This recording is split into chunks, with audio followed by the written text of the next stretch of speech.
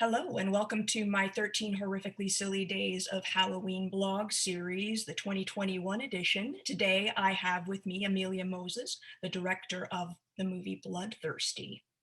Hi, how's it going? Hello, welcome. Thank you. I actually had a chance to review the film during the Blood in the Snow Festival in 2020 in November. It was fantastic. And so I've been looking forward to talking to you, Amelia. Yeah, thanks so much, and thanks for having me. Oh, absolutely. Okay, so first, tell me a bit about yourself and your background in film. Let's start there. Yeah, so I grew up in Vancouver, but I went to film school in Montreal, which is where I still live now. Cool. I did the film production program at Concordia, Mm, and yeah, I graduated in 2016. And kind of as I was finishing school, I decided to make a short body horror film, very heavily inspired by kind of like Cronenberg and stuff like mm, that. And it was my first time kind of delving more directly into the genre because I felt like in film school it wasn't really something that people did, or just was maybe not as like accepted. And so as I was finishing school, I kind of took that opportunity, and I realized it was really like a sphere that I felt very comfortable in. And then I made my first feature we shot in 2019 called Bleed With Me, which is a kind of cabin in the woods psychological horror film. yep. And that's going to be coming out later this year as well. And then I got on board to direct Bloodthirsty a year later. So I was really lucky that I was able to do like two features kind of back to back, and both of them the horror genre. Yeah, and they were both in the Blood and the Snow Festival, correct? Yes, they were. Yeah. And both with Lauren Beatty. Yeah. Yeah, yeah, they were both terrific. Thank you so Um, much. no, you're welcome. And do you mind talking just for a second a little bit about, you mentioned in film school not feeling comfortable doing the horror genre thing in film school.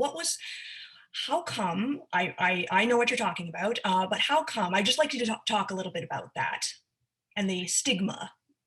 Yeah, I mean, I think it was also just like the film school I went to, maybe there was a certain type of film that people made. It wasn't just kind of like a direct rejection of horror, but like there was maybe just more of a focus on kind of dramas and stuff like that. Um, and I guess like I don't know if I felt this, but generally there's this kind of like high art versus low art conversation all the time with horror.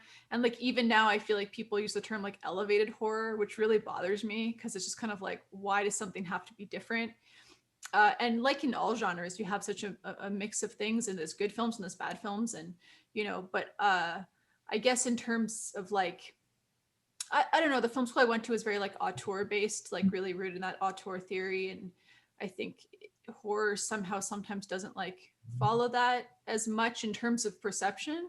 Yeah. Obviously I don't agree, but Mm, um yeah, it wasn't anything directly like you can't do this. It was just no. more like a sense of what films people were making. And then film school is such a bubble, so you really react off of what everyone else is doing as well, and kind of that maybe limits you. And I guess I made a film too in film school that was maybe more of a mix of things, and I wasn't really able to embrace the genre as much. And then I think when I realized, oh right, this is actually a space that I want to work in, it became really clear for me. Gotcha. Great. All right. So now tell us a little bit about Bloodthirsty itself, like a quick synopsis and a little background on the film.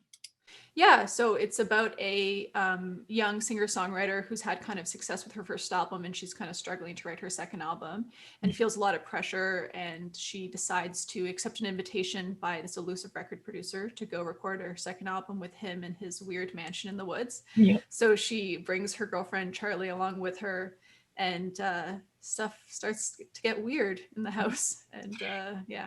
Indeed, it does. Well, tell me a little bit about the location, actually. Where was that, etc. Yeah, the Mentioned. production is based in Calgary. The producers are based in Calgary, and the writers and stuff, but we actually shot in Edmonton, Alberta. Okay.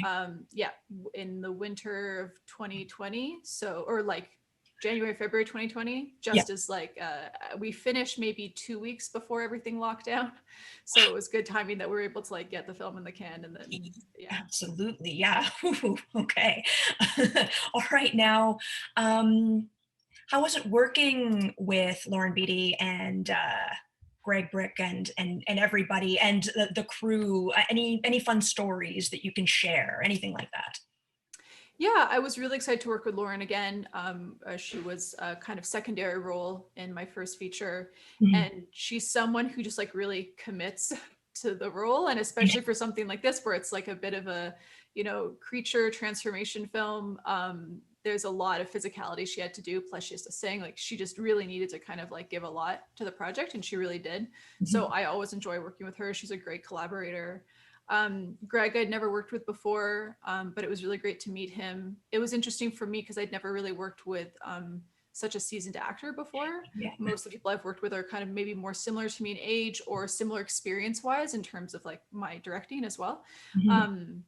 So yeah, it was great to work with him and kind of like see, it's crazy how when actors have done so many projects, like they really understand so many parts of the filmmaking process, like not just acting. And so it was very refreshing to be like, oh wow, like he helped on like so many little things, whether it's just kind of like understanding what lens you're on, what kind of framing you have, and like body language and all that kind of stuff. Like that's really, really great to have that, experience. And yeah, it was a great crew. It was my first time working with most of the people except for Lauren. Right. Catherine King So, I actually had never worked with her as a director actor combination, but Right. we went to film school together. And so it was really great to finally like work with her as an actor, because I'd kind of followed her since film school, kind of seeing what she was doing. And she'd done some really fun stuff as a performer. So I was excited to work with her. And yeah, it was a good crew, small crew, but we all kind of, you're in a weird house like that in the winter, you just like creates a vibe. So yeah, it was a good experience. That house. So it's a house that's out there existing. How did you manage to get that? Yeah, lots of location scouting. We looked at lots of different places. I really wanted to find somewhere that was pretty unique and different. And we really lucked out finding that place because a lot of the stuff we were looking at was just maybe a little too generic. And the house is such an extension of Vaughn's character, and we spend so much time in it. So it really needed to be something that was going to feel interesting on screen. Yeah. Yeah, so yeah, we lucked out. And the recording studio stuff was a different location, because if we'd found a house with a recording studio, that would have been a bit of a miracle. But Yeah. so that was a separate location, and a few of the exteriors and stuff. But yeah, like even the junkyard in the back, initially in the script, like it was just supposed to be a forest behind his house. But because Okay. we'd found this house, and with low budget filmmaking, you kind of have to embrace what you have. Of So we course. kept trying to find like little patches of trees where we could shoot these scenes. And then I was like, why don't we just shoot in this like junkyard? Yeah. It's so unique and cinematic. And so we kind of just embraced what we had there. And it absolutely works. So that's a wonderful thing when that stuff comes together. Yeah, kind Um, of the joy of filmmaking, really. yeah, yeah, and in ways I find sometimes, in particular, low budget filmmaking, when you do have to embrace what you got, sometimes just more comes out of it that way. I feel Yeah, like. totally, for Yeah. sure. Now, what is your favorite moment in the film, the actual film itself, and why? Yeah, I think probably shooting the film, the scene I was most excited about shooting was the transformation scene in Mhm. the recording booth. And that was definitely fun on set. It was probably like the third day we shot, so we kind of delved into it quite early on. Right. But it was, yeah, that's what I was most excited to shoot. And in the edit, it was maybe a bit of a challenge because it was like, kind of piecing together lots of little like details and stuff. But I think it turned out. Mhm. Yes, absolutely. So that would be your favorite memory from the set and the film, both at the same time, kind of thing? Or do you have a Yeah. separate set memory that you is your favorite? Um, the scene where I think the very first scene we shot actually was the scene where Gray and Vaughn are writing a song called Psycho, and Mm. she's just kind of playing around. And that was actually a really fun scene to film. And I do like it in the movie as well, because it Mhm. really feels like they're kind of just working at something rather than kind of a song perfectly being brought out. Like she's kind of just playing around. And I guess that was the first time I heard also Lauren sing. Like I'd heard her sing before, I knew she could sing, obviously, coming onto set, but hearing her, I was like, oh wow, she has a really powerful voice that's going to like really help this film. Cool, cool. Okay, now speaking about the music, uh, yeah, let's talk a little bit about particularly the song nominated for Best in Original Song for the Canadian Screen Award. Any Yeah, super background, exciting. shooting, recording, anything like that? Yeah, so most of the songs that are used in the film were written before I came on board. Mhm. But I remember Bloodthirsty specifically, I think Lowell wrote that in pre-production. Okay. And I remember her sending it to me and like opening the file and be like, okay, wow, this is really interesting. And then we used it actually for the audition song for the people auditioning for Grey. And yeah, at the time too, like the film wasn't called Bloodthirsty. It wasn't necessarily, that wasn't necessarily like the kind of key song. And so once we heard that, it was like, okay, we really, this is clearly the, a really good thing to kind of be pushing Grey's journey. Yeah. And yeah, I totally am not surprised that that was the one that got nominated. And also, like, it's a very good song. I had it stuck in my head probably for 6 months when we were doing the post production. Yeah, makes sense. So I've gotten some distance from it, but there was a while where it was just like all consuming. Well, it would be, yes. But also, Bloodthirsty is nominated for Best in Original Score too. Am I correct? Mhm. Yeah, yeah, that's pretty awesome too. So Yeah, no, Michelle Osis, who wrote the score, we'd had kind of lots of initial conversations, but when she actually got picture lock, between that and the mix was probably only 4 weeks. mhm. So she wrote it very quickly and just like really knocked it out of the park. I think she did a great job. What is it that you want audiences to get from Bloodthirsty? What do you want the film to convey and evoke? Yeah, I mean, I think it's a very character driven story. It's very much like Grey's journey and then the kind of parallels between making art and her kind of monstrous transformation at the same time. And I think that's, to me, what I found interesting about the script, and I think what's hopefully interesting about the film is this kind of parallel between those two things, and the juxtaposition as well. Um, and this idea that, maybe you have to be a bit of a monster to be an artist. Yeah, that's particularly interesting, I think, Yeah. and probably a little bit true, if not a lot. Yeah, Um, aspects of it for sure. yeah, yeah, aspects. I mean, not literally, of course. But, now, it's released this Friday, the 23rd, Mm. um, on iTunes and major VOD platforms in Canada and the US too. Yes, we were Yes. Okay. hoping for more of a theatrical, but I think in the state of the world, it's just going to be online. But Yeah, people can watch it from, the comfort of their own home. exactly. Yeah. So, what is anything next for the film, or is this pretty much like the culmination? Yeah, I believe it'll be playing elsewhere, like around the world, in Europe, coming up soon. I don't know exactly when the announcements about that will be happening, but it will be get a wider release in Europe at Nice, some nice. point. Yeah. Okay, cool. And what's next for you? Yeah, I don't really know. I'm still kind of processing these last two projects as well as just like the state of the world and stuff. But Yeah, that's been um, complicated. yeah, I've been developing a script with a writer based in Toronto, and then my producer Lee Marshall, who worked on Bleed with me as well. And Cool. so we're working together on an original script by a writer in Toronto. So we're kind Oh, of neat. working around with that. Yeah. Okay, terrific. Now, what have been some of your favorite projects besides Bloodthirsty as for you as a director? Yeah, I mean, I don't have many, so it's Ah, you hard to say. know, or Um, maybe moments. Yeah. Yeah, I mean, shooting Bleed with Me was a really special experience because it was my first feature, and I also brought on a lot of people who I'd gone to film school with and who had worked on my short film Undress Me. Mhm. Um, so that was definitely like a super exciting experience. And I remember there being one scene that we shot in that film that really felt like kind of the culmination of like stuff I'd been interested in, kind of, in like student films you make or films I even made in high school.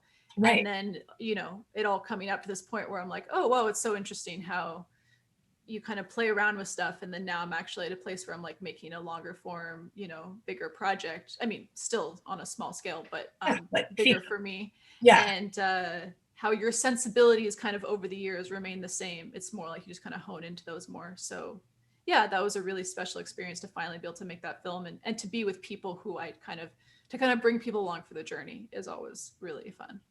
very cool. It seems to me you've got a lot of great stuff ahead of you as well. So it'll be really interesting to watch your career. Okay, so now I would like to turn to the questions that I ask all of my guests for my 13 Horrifically Silly Days of Halloween, now annual blog series. Okay, so what is your favorite horror film of all time and why? Such a hard question. Mm. I feel like it probably changes, but I think one I always go back to is The Shining, which I feel Ooh. like maybe is an obvious answer, but Mm. it's obvious for a reason. It's Yeah. I first saw that film. My mom decided to show it to me when I was 8 years old for some reason, because I think All she right. wanted to watch it, and she was like, "Okay, Amelia, if it's ever too scary, let me know and we'll stop it." And we got to the scene where he goes into room 237, Jack Nicholson, and he's kissing the woman and her body's falling apart. Which now, in retrospect, I made a film about a woman's body falling apart. So there was obviously something in my mind that stuck around. Yep. And I said, "No, this is too scary. We have to stop it."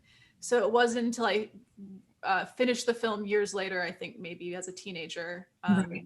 my friend and I decided to watch it for a sleepover, and we were too scared and couldn't get through it, so we had to watch it during the daytime. Oh, And so yes. finally it took me like 3 tries before actually like properly watching it.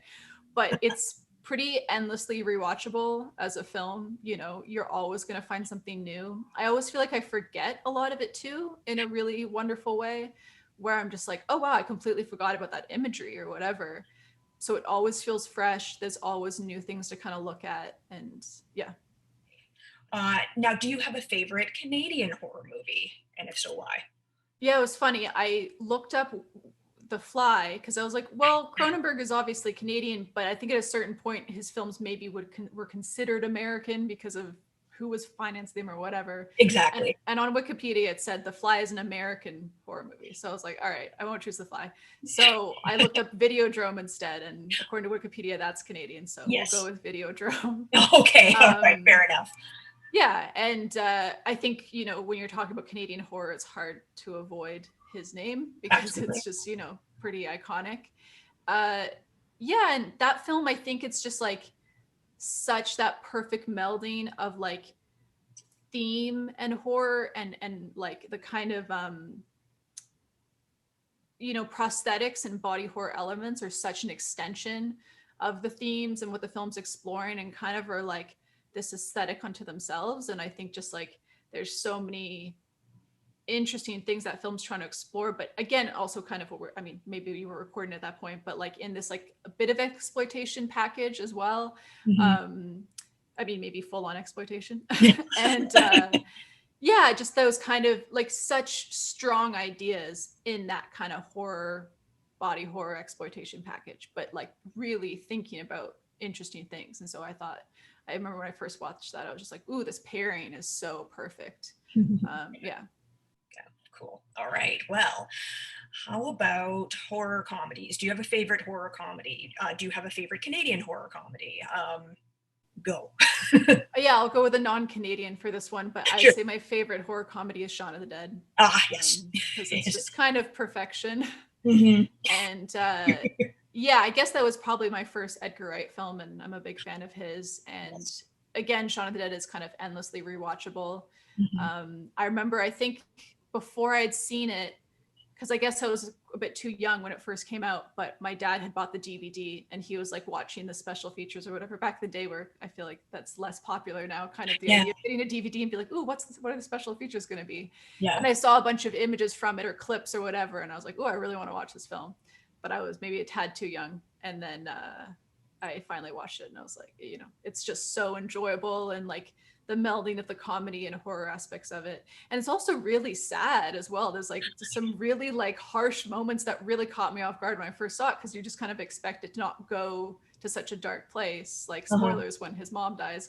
Yeah. But then you're just like, oh shit, okay, this is really, you know, packing a punch. Yeah, yeah. Well, I mean, it is a zombie flick still, and that stuff's kind of gotta happen. So Mm-hmm. yeah, no, I appreciate that film a whole bunch too. And in their cycle, their Cornello cycle, I also Yeah. find Hot Fuzz particularly watchable over and over and over again as well. Yeah, it really is. I think I'm just like less invested in like kind of cop movies Oh, on a absolutely, personal yeah. level. So that's like the kind of the zombie one always kind of just, you know, hits the sweet spot for me. Mhm, absolutely. All right, so now we're on to B movies. What is your favorite B movie? And if there is a Canadian B movie you know of, please share. Sometimes they're a little harder to come by, but let me know. Yeah, I was trying to think of kind of how you were defining this, which I think we talked a little bit earlier Yeah, before you started recording. But what is a B? yeah, I was trying to maybe think of something that wasn't kind of typical, because a lot of the films I really like Cronenberg as well, I mentioned that earlier, you know, those would be considered B movies, like his Mhm. earlier stuff like The Brood or Videodrome or whatever. Yeah. Um, but I decided to go with a Hammer horror film because I grew up watching a lot of Hammer. And there Mhm. was a film that I watched called Dracula 1979 AD. Yeah. And it's just the wackiest fucking premise, but It, has all the kind of like classic horror, you know, someone investigating something and like the kind of police looking, you know, detective looking into it, and then the teenagers. And but yeah. just this idea of like trying to be like, ooh, it's 70s London but with Dracula, and it's just kind of checks all these really wonderful boxes. And yeah, so I'm Yeah. going with that. It is a lot of fun, and actually reminded me, I was reminded of it a little bit when the Netflix series Dracula, the recent one, came out, Oh, and okay, they yeah, yeah, actually it has a modern component, so it made me think a little bit about what Hammer yeah, Films was doing. done with probably a fair bit more finesse and style, but Well, yeah. yes. But it's funny because that I really loved that mini series because it totally did draw from the Hammer Dracula. Like there's one Mhm. still of him where you're just like, oh, that's like a complete parallel, and this Absolutely. kind of you know, a slight campiness. Obviously, Hammer's more campy than that show, but I Yes, liked but how their they tongue was in their still. cheek too. Yeah. Yeah, exactly, Yeah. exactly. Yeah, Yeah. it's fun. Okay, well, last question, but not least, because this is the 13 horrifically silly days of Halloween. What is your Halloween ritual? What do you do on Halloweens? Yeah, kind of depends on the year. I do like just handing out candy and sitting at home and watching lots of horror movies. Mhm. But occasionally I do go see the Rocky Horror Picture Show as well, where you have the people performing and the, you know, all the yelling and the throwing stuff at the screen and stuff. And that's always fun to dress up and go to those things because it's just such a great vibe. Absolutely.